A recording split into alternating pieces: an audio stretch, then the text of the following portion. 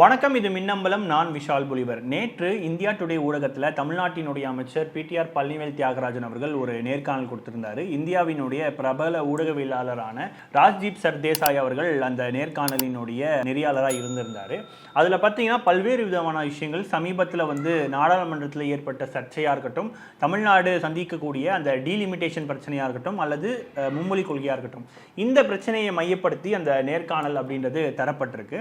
குறிப்பாக பார்த்தீங்கன்னா கடந்த வாரமே பிடிஆர் பழனிவேல் தியாகராஜன் அவர்கள் இந்தியாவினுடைய மிக முக்கியமான பத்திரிகையாளரான கரண் தாப்பர் அவர்களுக்கும் ஒரு நேர்காணல் கொடுத்திருந்தாரு. அதுல நீங்க மும்மொழி கொள்கையை ஏற்றுக்கொள்ளல அப்படின்ற ஒரு கேள்வியை கரண் தாப்பர் வைக்க, வட இந்தியாவில் இருக்கக்கூடிய எத்தனை மாநிலங்கள் அல்லது எத்தனை வட இந்தியர்களுக்கு ஒரு மொழிக்கு மேல தெரியும் அப்படின்ற ஒரு விஷயத்தை பற்றி அவர் சொல்லியிருந்தாரு.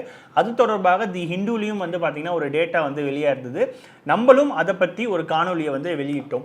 இது பார்லிமெண்ட் செஷன் நடப்பதற்கு முன்னாடி. அதன் பிறகு இந்த வாரம் பார்த்தீங்கன்னா நாடாளுமன்றம் தொடங்கி இருக்கக்கூடிய சூழல்ல தமிழ்நாட்டு எம்பிக்கள் இந்த மும்மொழி பிரச்சனையை பற்றியும் டீலிமிட்டேஷன் பிரச்சனையை பற்றியும் தொடர்ச்சியாக கேள்விகள் எழுப்பிக்கிட்டே வந்தாங்க.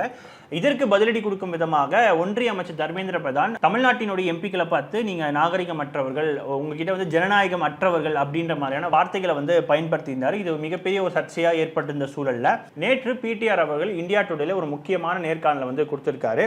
அந்த நேர்காணல பல்வேறு முக்கியமான விஷயங்களை அந்த இடத்துல அவர் விளக்கியிருக்காருன்னு சொல்லி பார்க்கலாம். அதிலும் குறிப்பா பார்த்தீங்கன்னா ராஜ்தீப் சர்தேசாய் அவர்கள் தொடர்ச்சியான ஒரு கேள்வியை முன்னெடுத்துக்கிட்டே இருக்காரு.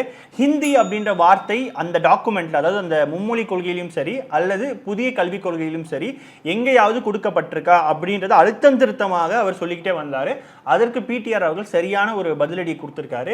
அந்த பதில்கள் என்ன, அந்த நேர்காணலினுடைய மொத்த சாராம்சம் என்ன, இந்த காணொலியில் நம்ம தெளிவா பார்ப்போம்.